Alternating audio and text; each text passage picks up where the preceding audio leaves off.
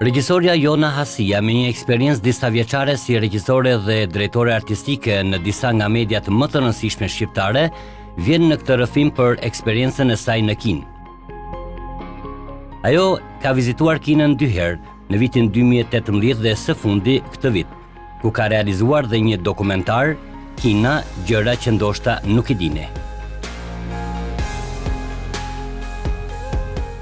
Në shkurt të 2024-s më erdhi një telefonat nga ambasada kineze ku më ofruan një internship 4 mujor në Kinë.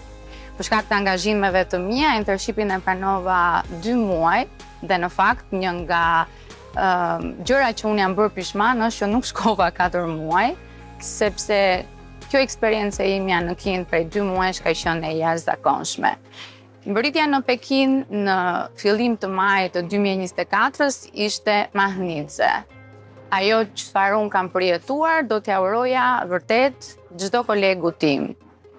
Ne në fillim kemi bërë udhëtimin e parë prej 10 ditësh ku jo vetëm që kemi parë 2 qytetet kryesore të Kinës, siç është Pekini dhe Shanghai, por unë jam njohur me disa nga qytetet më të bukura të Kinës.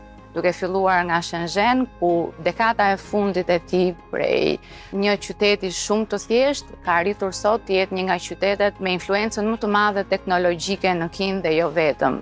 Kemi vizituar gjëra të jashtëzakonshme, të cilat ishte e pamundur që unë së bashku me bashkëpunim të jashtëzakonshëm dhe shumë të frytshëm me China Media Group të Departamentit të Gjuhës Shqipe në Pekin,